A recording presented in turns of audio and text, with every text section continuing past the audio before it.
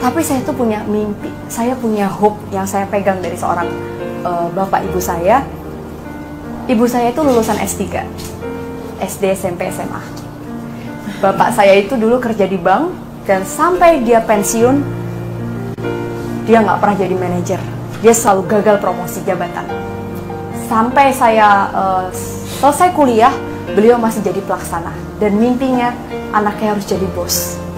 Dan saya ngelihat, kenapa sih mama bungkusin nasinya tuh nggak enak, kata temen-temen aku malu. Ibu saya cuma bilang, mama cuma SMA, makanya cuma bisa bungkusin nasi. Mama pengen kamu jangan kayak mama yang cuma bisa bungkusin nasi. Kamu harus lebih dari mama. Kamu harus bisa sekolah. Kayak kamu bilang, kenapa temen-temennya mamanya S2, S3, mama kamu cuma SMA. Kamu harus jadi orang tua yang ditulis sama anaknya. Itu yang dia bilang dari saya kecil. Ada satu kejadian yang mengubah saya, dan ketika saya lihat, setiap orang tuh pasti punya trigger. Yang mungkin kalau digali lagi, trauma-trauma itu ada, yang intinya menggerakkan kita untuk melakukan satu double effort.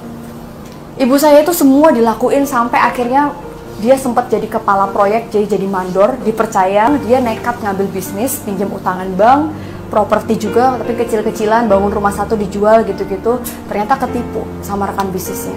Udah di saat itu Pak, uang pinjaman dibawa kabur. Kebetulan yang nipu namanya Pak Soleh, sayangnya dia nggak soleh. Saya tahu nih, perjalanan bisnis itu pasti ada ya Pak, ditipu orang gitu. Makanya saya tuh hari ini APD saya ada nih yang mau jadi investor. Enggak, saya harus berdiri sendiri.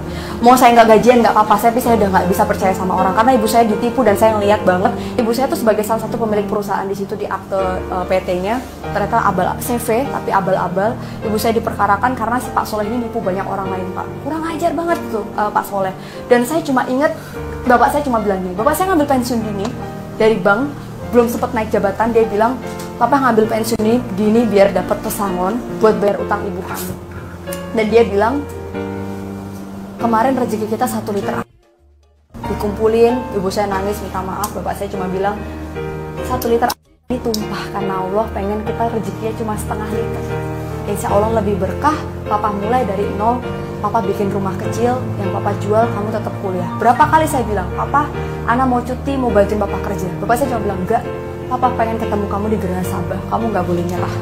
Dia nyetater motornya, mobilnya dijual, dia berusaha, kayak tukangnya cuma satu, dia ikut ngecat, dia ikut kadang-kadang nyangkul dan lain sebagainya, kulitnya sampai gosong. Tapi saya cuma ingat, ini papa lakuin buat kamu, karena kamu satu-satunya masuk UGM. 2 generasi nggak ada Pak yang masuk UGM.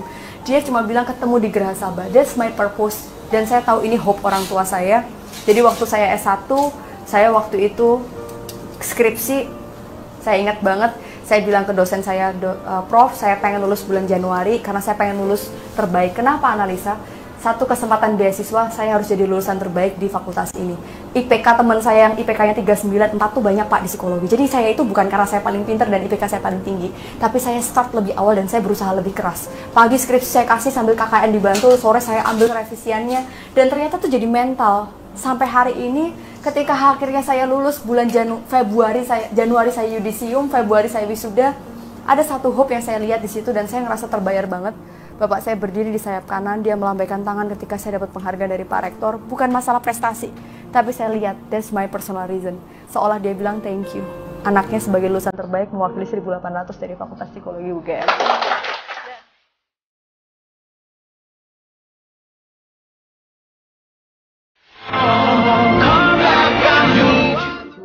Dan kemarin Bapak Ibu, alhamdulillah satu impian yang barusan tercapai. Ibu saya tahun lalu sakit diabetes dan sempat nggak bisa jalan.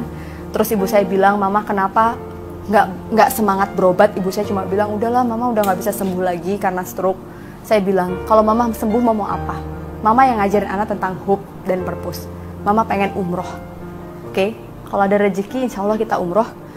Bulan Desember ibu saya stroke, Januari, Februari dia berobat rutin, Maret tiba-tiba dia bisa jalan, dia nagih umroh Pak. Dalam artian, yuk kita umroh. Waktu itu pekerjaan saya lagi sangat padat banget, dan saya bilang, Ma oke, insya Allah ada rezeki ya Ma, gimana caranya nanti kita umroh sesuai janji Ana.